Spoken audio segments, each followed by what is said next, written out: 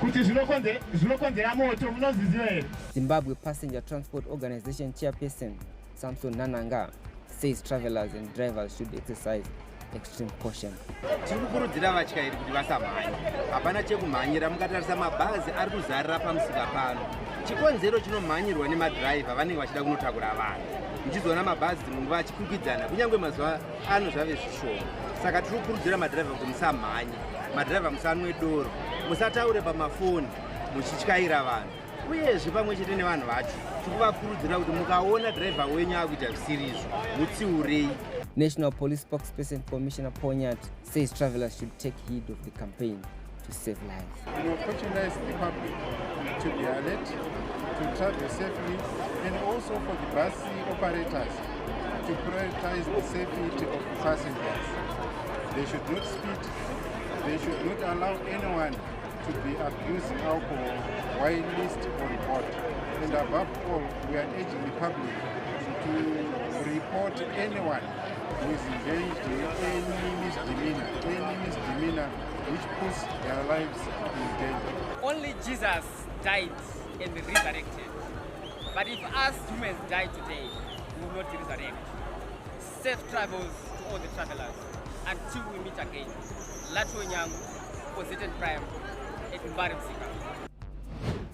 A strong message to stay safe on our country's roads this festive season. Now, on Unity Day, Shtungiza witnessed a celebration which blended national pride, military precision, as well as love. Tafaras Bochu has more. On a day meant to celebrate unity, Chitungwiza found itself united by spectacle.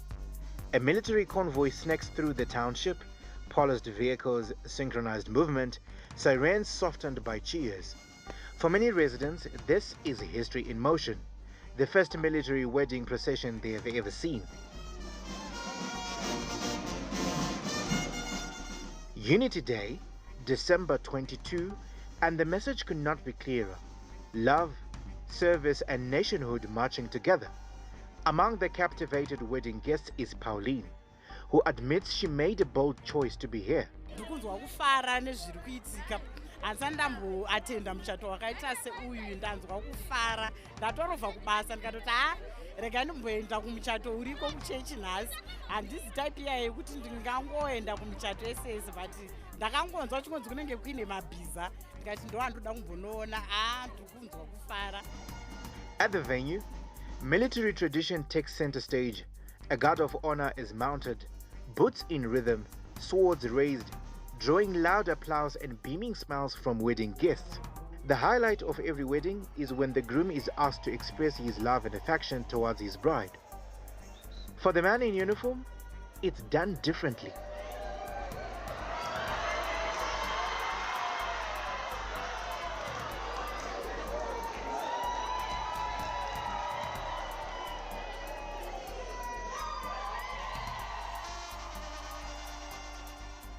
They say once a soldier, always a soldier.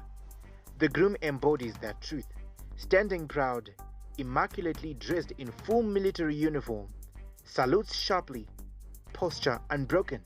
The signing ceremony for their marriage certificate as well as cake cutting was done under the Arc of Swords. Guest of honor, Lieutenant Colonel Mandigo, unpacked the uniqueness of a military wedding, saying it is the highest honor bestowed upon a military officer.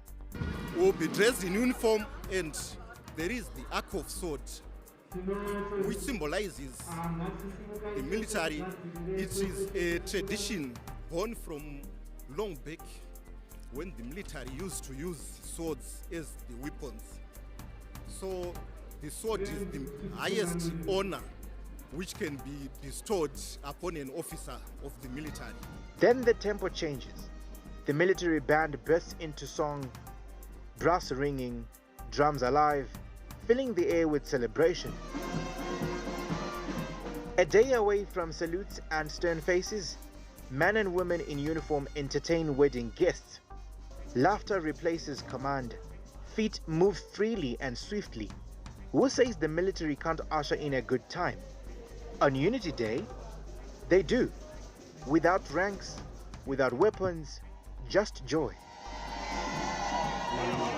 On December 22, Zimbabwe's Unity Day, Chitengwiza didn't just witness a wedding, it experienced a powerful reminder that love, like unity, is strongest when everyone moves together. On a day meant to unite the nation, this wedding did just that, blending love, sacrifice and celebration into one powerful moment, from disciplined salutes to joyful dance steps. Unity Day in Chitungwiza proved that beyond the uniform, unity lives in shared humanity, where discipline meets delight. Tafara Spochiwe for ZTN Prime in Chitungwiza.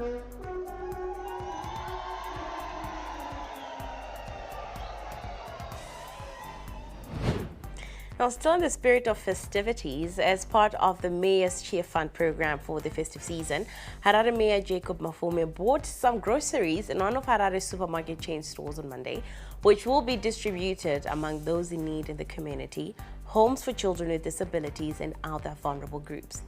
Now, this heartwarming gesture was made possible by the Church of Jesus Christ of Latter-day Saints. We want to encourage the corporate sector that the Christmas Cheer Fund, the Mayor's Christmas Cheer Fund is there and to be supported by you to give a Christmas cheer to the community, to those in need. Let us all enter into Christ. That is the spirit of Jesus Christ. That is the spirit of giving, and that it is more blessed to give than to receive. So, feeling chekuti ndezvangu ndini ipano ndipe tora kuchunganidza aiwa ukapa unokomborerwa ukapa zvinowedzerwa. Saka muHarare ngativei nemoyo wekupa, moyo wokuti tifare tiri tose, tomira moyo wokuti ndini seshiri nongozwa nyana dzeshiri dzechingoshamira dzichikandirwa. Aiwa isusu ngativhururukei tipe tifadze vana topinda muChristmas tese. So this is for you, and please send my regards to the children and say that the mayor, the mayoress, and the city of Harare wishes them a Merry Christmas and a Happy New Year. Oh, you are watching Newsplus. We'll be back shortly. Stay with us. Festive is here, Shah. First Street lights up, and suddenly the vibe is back. It stretches from Harare to Hollywood, even to Old Trafford. Jesse Gilles Festive. All I want this festive season? The stories that keep us hooked. The ngoma, the rhythm, the laughter, the drama, the goals, the world-class entertainment that brightens up the holidays for the whole family. All I want is DSTV. Ona kutenga mbeu akuditsunga mbeu kwayo iri kuva Marasai wakapaparika achiramba tenga mbeu kuva akanotenga dzakakangwa nzungu tenga mbeu akuditsunga mbefuru akamerera nzungu dzaramba kumera chibage chaakatenga changa chakapendwa nechoko chakatumbuka chiri mumabhi yachose banana akanokohwa nebaskiti baskiti mana paega una kutenga mbeu akuditsunga mbeu kwayo iri kuva akanotenga masosori achinzi mbeu ndekabeji akanotenga mudzi dzenyeve achinzi mbeu nderepi una kutenga mbeu akuditsunga mbeu kwayo iri kuva ane mbeu dzakauchikwa dzemhando dzakasiyana mitengo yacho yakaderera goho racho rakakwirira for this for amdi akuru manzeve ndewa una kutenga mbeu akuditsunga mbeu kwayo iri kuva una kutenga mbeu akuditsunga mbeu kwayo iri kuva una kutenga mbeu akuditsunga mbeu kwayo iri kuva Mwaka uno, tenga mbeu yako ku Valley Seeds, usimudze goho rako. Valley Seeds, vauchiki vembeu yechibage, yepana nePioneer, goros, ma-traditional grains, nema-vegetable seeds ose anopa goho repamsorosoro. Valley Seeds, where farming meets the farmer.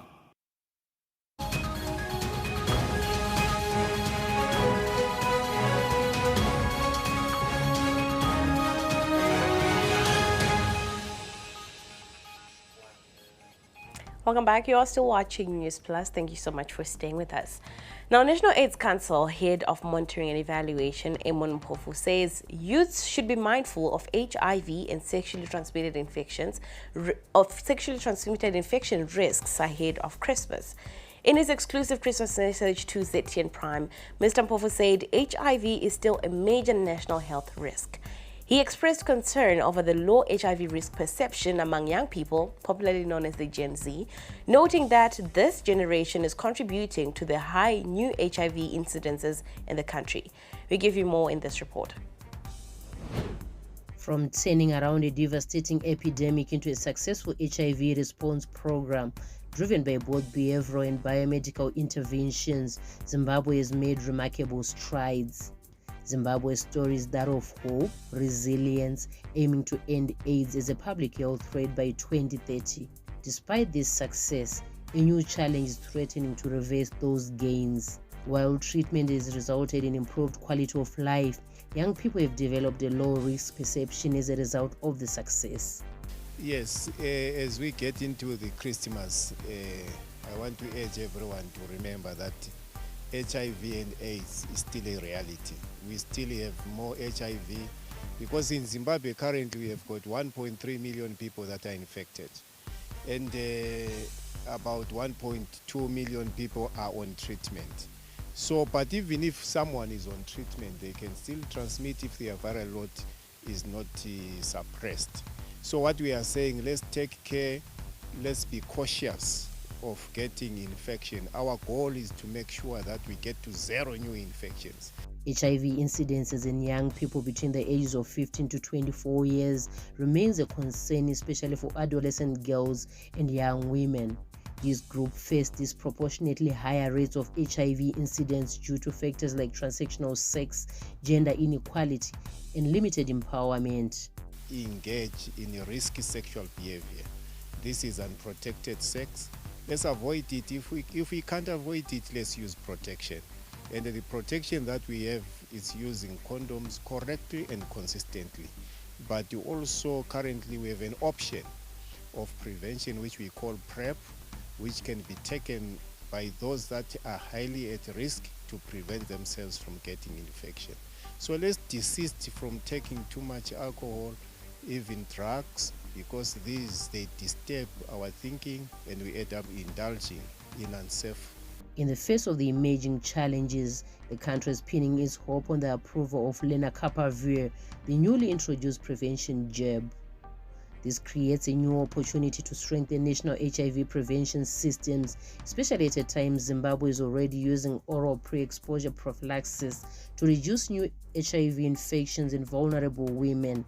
Reporting for ZTN Prime, I am Mirira Insingo. Still on health matters, the Global Fund has commended Zimbabwe for the progress it has made over the years in its HIV response, noting that the AIDS levy remains one of the critical steps the country ever took in fighting the pandemic. In 1999, Zimbabwe established the National AIDS Trust Fund as a dedicated income tax to finance the national response to the HIV/AIDS epidemic. The National AIDS Council manages the fund for prevention, care and treatment, including antiretroviral drugs. Speaking during her farewell dinner, outgoing Global Fund Portfolio Manager Tatjana Peterson called on countries within the region to take lessons from Zimbabwe on how it has managed the AIDS levy over the years, adding that the initiative is a serious sign of commitment to ending AIDS. Despite facing emerging challenges such as climate change, economic shocks, pandemics, among others, Zimbabwe has made tremendous progress in its HIV response. The outgoing Global Fund manager called on the government to ensure that more domestic funding is channeled towards the response. And also, your AIDS levy was another thing which showed me that you are resourceful no matter what the situation is, and you're whole and you will make it. So I was inspired by you. I hope I could serve, because always being a guest, I tend to say I might be a wizard of the grants and what grants can and cannot do. But I never pretend that I manage the program, because that is where the knowledge and wisdom is. The outgoing manager further noted the need for the country to continue working with vulnerable communities and reduce vulnerability, especially among women and girls.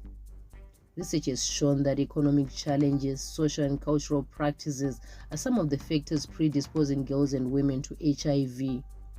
She underscored the need for the community engagements and paying attention to the community voices. Community service comes before community monitoring. And if there's one thing I would like to leave as a word of wisdom, is pay attention to that service, pay attention to the people who meet wild animals on the way to the ART center. I've heard so many important stories. From them you could write a book, not just for children, but for the adults as well. Those nuggets of wisdom need to be known by everybody and appreciated. In response to the high HIV prevalence rate among adolescent girls and women, the country has been working to enhance social support for vulnerable communities in order to change harmful norms and practices. The outgoing manager commended the country for its friendly environment, noting that it was one of the best she has ever worked in. She also commended the country for its work culture, reiterating that it was a key ingredient in its HIV response. Reports and presentations and high-quality output, it truly felt, compared to all the other countries in Africa region, that I was privileged to have that rewarding and gratifying environment through our interactions and through our big trust. That you know we mean well, we know you mean well, and we make the most of money that is really transformational. It is rather large, and it is transformational. So we are the agents of that transformation, and don't worry, I will brief properly the successor. Despite some partners pulling out lately, Zimbabwe's HIV response has remained resilient due to the fund. Reporting for ZTN Prime, I am Mirira Nsingo. You are still watching Newsplus. We'll be back shortly. Stay with us.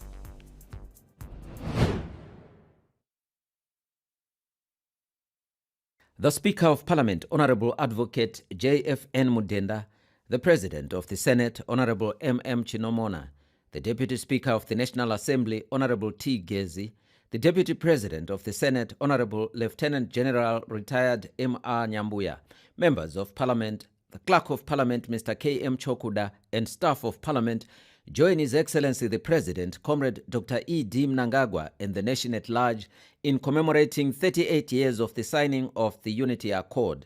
The historic signing of the Unity Accord on the 22nd of December 1987 by the two revolutionary parties, ZANU-PF and PF-ZAPU, is a solemn reminder of the sacrifices made by our forebears, both living and departed, in pursuit of peace, reconciliation, and social cohesion.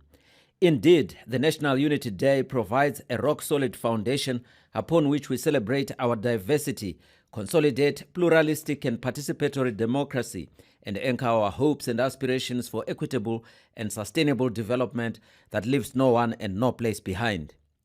As we extol the tangible developmental gains realized under the stewardship of His Excellency the President, Dr. E.D. Mnangagwa, and the march inexorably towards the attainment of Vision 2030, National Unity Day is a timely reminder of the value of Ubuntu. I am because you are, and you are because we are, which empowers us to be our brother's keeper and collectively rise beyond our solitary limits. In the instructive words of His Excellency President E.D. Mnangagwa, nyika inovakwa nevenevayo, ilizwe lakiwa ngabanikazi balo, provided the people solidly remain united. Happy Unity Day, Zimbabwe. May the good Lord continue to bless our great nation.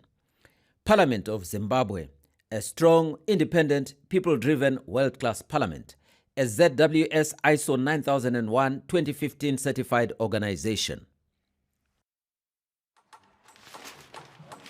This is AFCON, my friend. Everything is a competition. Everything.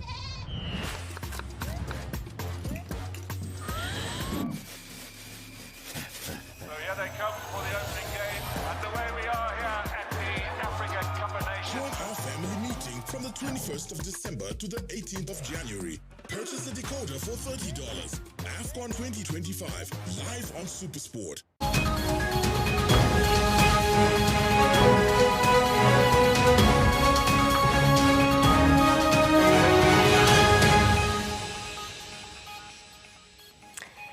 Now, we just take a quick look at what's happening beyond our borders. Tunisia and Mali have commended Russia's support for African countries in diverse fields, emphasizing their commitment to further expanding their partnership with Moscow during the Russia-Africa Partnership Forum hosted by Cairo. Cairo hosted the second ministerial conference of the Russia-Africa Partnership Forum, attended by Russia and heads of foreign affairs of African states, alongside regional integration associations in Africa. ينعقد مؤتمرنا في دورته الثانية في ظرف إقليمي ودولي أصبح أكثر تعقيدا وأصبح يتسم بتصاعد الأزمات وتشابكها ويؤكد الحاجة إلى تضافر الجهود لا سيما بين قارتنا الإفريقية وروسيا في إطار شراكة نحرص على أن تكون شاملة ودائمة من أجل المصلحة المشتركة. شراكة ترتكز على قيم التضامن الحقيقي والحوار البناء والاحترام المتبادل والسيادة الوطنية وعدم التدخل في الشؤون الداخلية للدول فضلا عن تقاسم الأعباء في إطار. And now for some sporting action.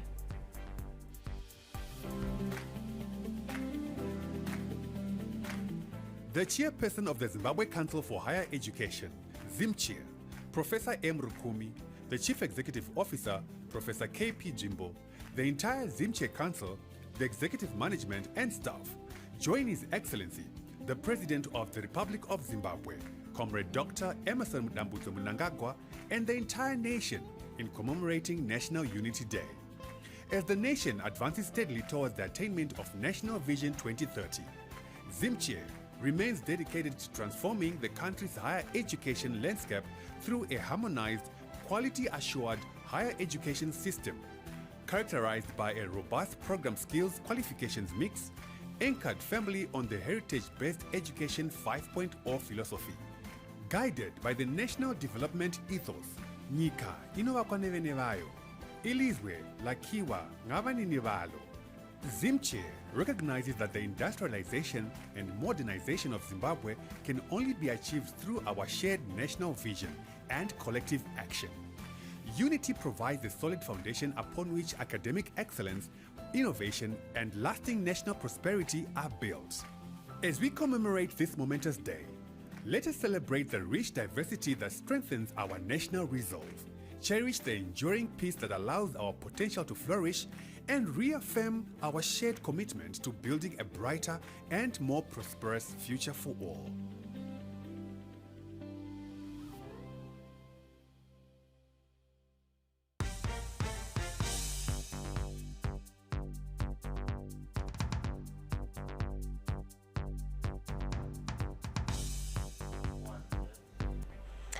Now, when I look at sport, Warriors fans have voiced their approval of the team's direction after the team went down to a heartbreaking 2-1 defeat to Egypt last night. The Warriors gave a brave performance against the star-studded Pharaohs and looked set for a draw until Mohamed Salah struck the winner in stoppage time. Zimbabwe will be back in Group B action on Boxing Day against Angola, and fans are quite optimistic of a good run based on Monday's showings. And with that, we conclude this bulletin and call it tonight. Thank you so much for joining us. My name is Faith Nyawade. Good evening and enjoy the rest of your viewing.